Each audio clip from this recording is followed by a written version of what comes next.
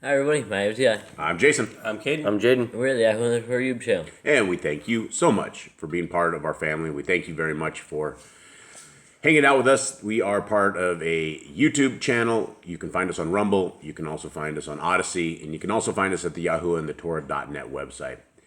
And we're beginning a new segment here. And this is a daily devotion.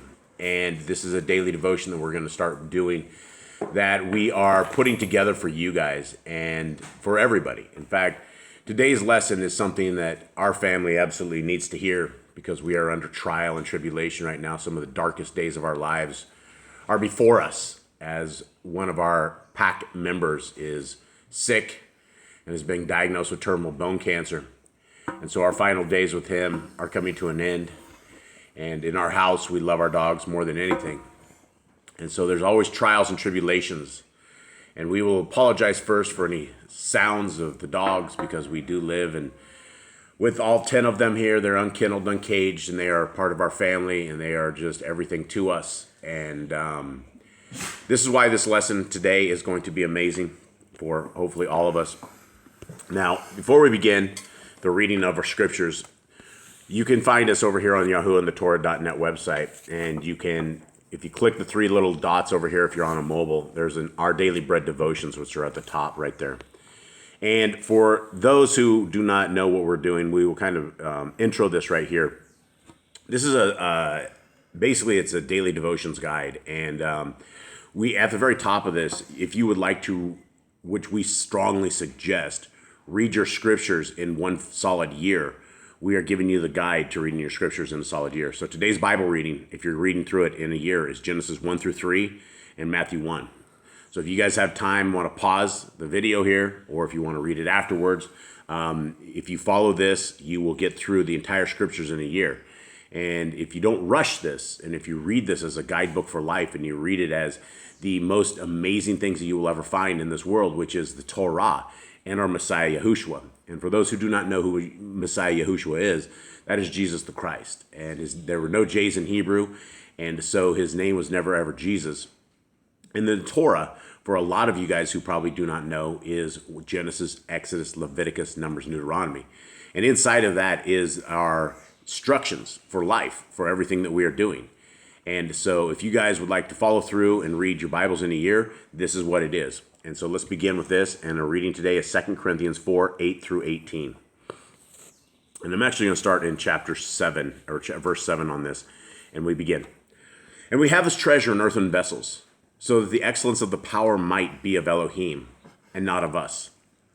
Being hard pressed on every side, but not crushed.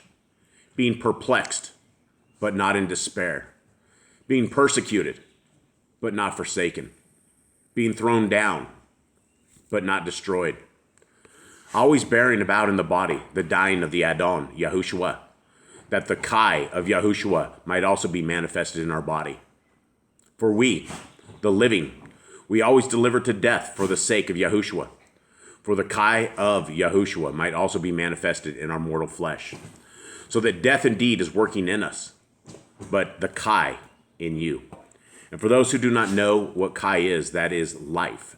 And so this is a version of the scriptures called the Scriptures of Yah. 13. But having the same spirit of belief, according to what has been written, I believed, therefore I spoke. We also believe, therefore we also speak. Knowing that he who raised up the Adon Yahushua shall also raise us up through Yahushua and shall stand with you. For this is the sake, so this is for your sake. So your favor, having spread through the many, would cause thanksgiving to overflow into the esteem of Elohim. Therefore, we do not lose heart, but even if our outward man is perishing, yet that within is being renewed day by day. For this slight momentary pressure is working for us for a far more exceeding and everlasting weight of esteem. We are not looking on what is seen, but on what is not seen.